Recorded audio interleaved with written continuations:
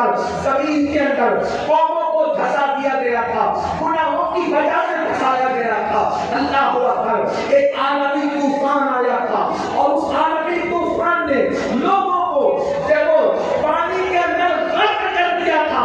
آج کی تاریخ کے انگریز نقوش پکار پکار کر ہمیں عبرت کی دعوت دے رہے ہیں کہ لوگ اگر دھسے ہیں زمین میں تو گناہوں کی وجہ سے، پتھروں کی برسات ہوئی ہے تو گناہوں کی وجہ سے، چہرے سور اور بندروں کی طرح ہوئے ہیں تو گناہوں کی وجہ سے۔ اور میرا اللہ قرآن میں واضح طور میں ارشاد فرماتا ہے وما اصابکم من مصیبت فبما کسبت ایدیکم، کہ تم پر جو مصیبت آتی ہے وہ تمہارے گناہوں کی وجہ سے آتی ہے۔ میرے پیارے آقا صلی اللہ علیہ وسلم کے پیارے دیوانوں، ہم یہ تصور کرتے ہیں، ہم یہ سوچتے ہیں مولانا گناہ کریں گے تو اس کی سزا قبر میں ملے گی، گناہ کریں گے تو اس کی سزا میدان محشر میں ملے گی۔ حالانکہ ایک مسلمان کو اگر یہ یقین ہے کہ میرے گناہ کی سزا مجھے قبر اور میدان محشر میں ملے گی،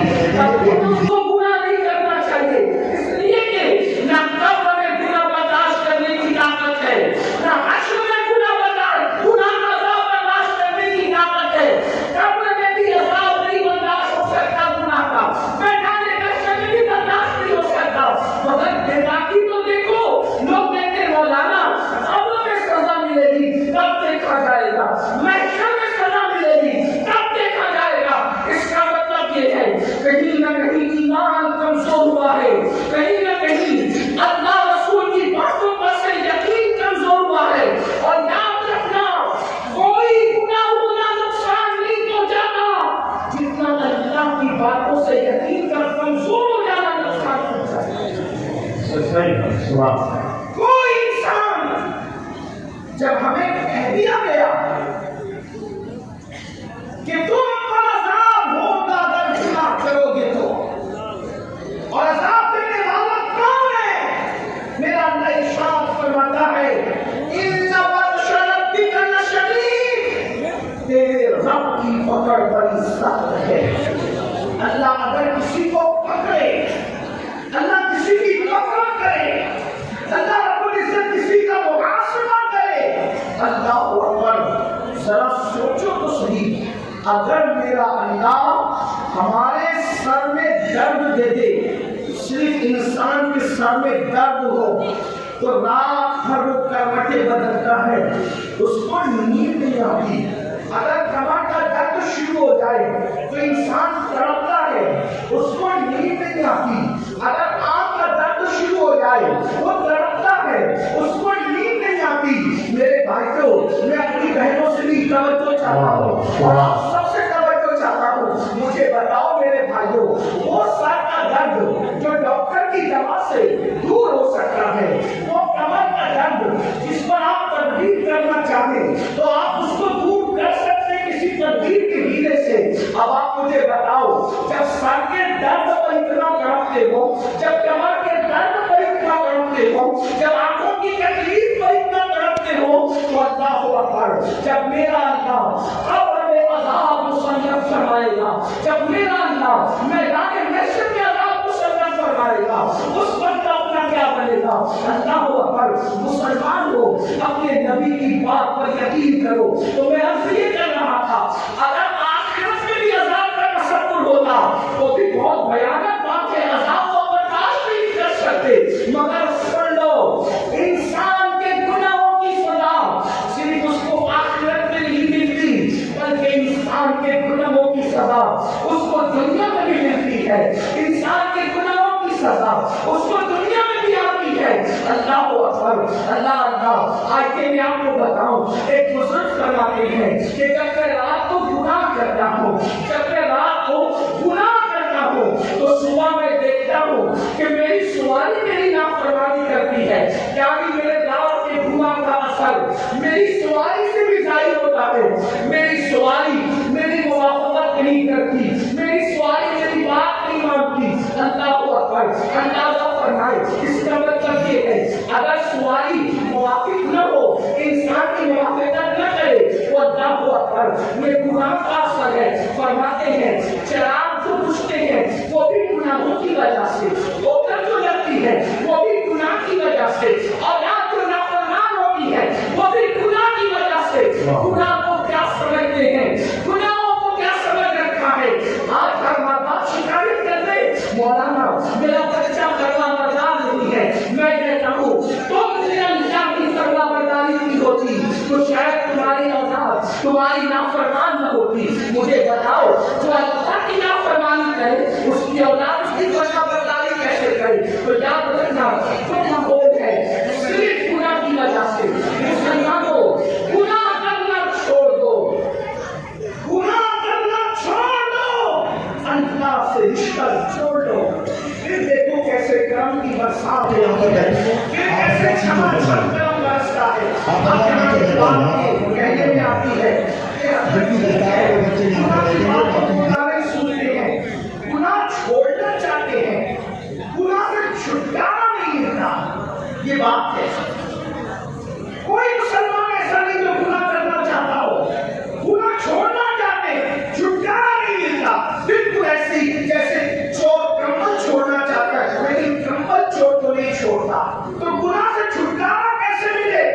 کوئی کہتا ہے یہ کرو وہ کرو وہ کرو وہ کرو، میں نے کہا کچھ نہ کرو، ایک بات کرو بس، اگر گناہ کی دنیا سے نکلنا ہے، اگر گناہ کے دلدل سے نکلنا ہے، اگر گناہ کی نحوست سے نکلنا ہے، اگر گناہ اور جرائم سے ہجرت کرنا ہے، میری بات نہ سنو، کسی کی نہ سنو، اللہ کا فرمان سنو۔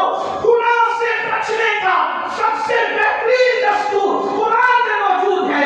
اگر گناہ سے نکلنا ہے تو میرا اللہ فرماتا ہے نماز پڑھنا شروع کر دے، تو خود گناہوں سے نکلنا چلا جائے گا، کیونکہ نماز میں اتنی طاقت ہے، نماز میں اتنا پاور ہے۔ اللہ ارشاد فرماتا ہے ان الصلاۃ تنہی عن الفحشاء والمنکر، بے شک نماز ہر برائی سے اور بے حیائی سے روک لیتی ہے۔ نماز پڑھو گے، سجدہ کرو گے، خود بخود دل میں گناہ سے نفرت پیدا ہوگی، برائیوں سے نفرت پیدا ہوگی، جرائم سے نفرت پیدا ہوگی۔ اور سن لو دیکھو دماغ کے اندر خط چڑھا رہنا مولانا میں گنہگار ہوں، میں کیا نماز پڑھوں؟ میرے عزیز یہاں گنہگار اور نیکی کا کوئی مسئلہ نہیں ہے۔ میرے نبی نے تو انسان کو انسان کو اللہ سے جوڑنے کے لیے اتنا خوبصورت کام ادا کیا، اتنا حسین کام ادا کیا۔ ایک بات آپ کو بتاؤں، حدیث میں جو ہے، حدیث میں جو ہے اس پر ہمارا ایمان ہے، حدیث میں جو اس پر ہمارا یقین ہے۔ اللہ کے رسول نے فرمایا جس وقت بندہ سجدے میں چلا جاتا ہے، اللہ اور بندے کے درمیان جتنے پردے ہوتے ہیں اللہ سارے پردوں کو اٹھا دے گا۔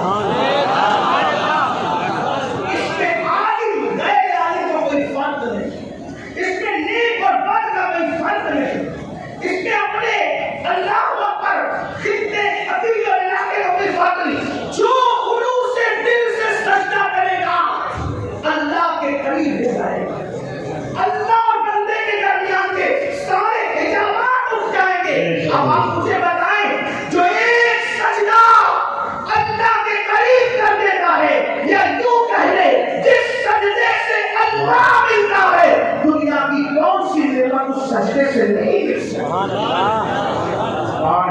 کیوں سجدوں کے قریب نہیں آتے؟ سجدوں کے قریب کیوں نہیں آتے؟ آؤ، لوگ کہتے ہیں ٹائم نہیں ہے، نہیں، بہت بڑی نادانی کر رہے ہو، اس میں کا ٹائم نہیں ہے اور نماز کو زیادہ ٹائم بھی نہیں لگتا۔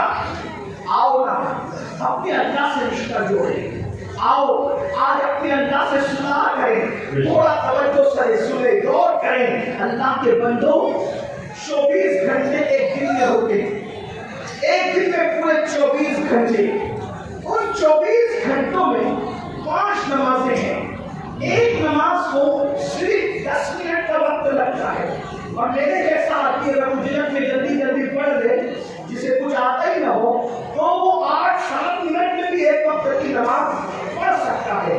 اللہ کے بندوں 7-8 منٹ یا 10 منٹ کس کے لیے نکالنا ہے؟ اللہ کے لیے۔ اللہ کون؟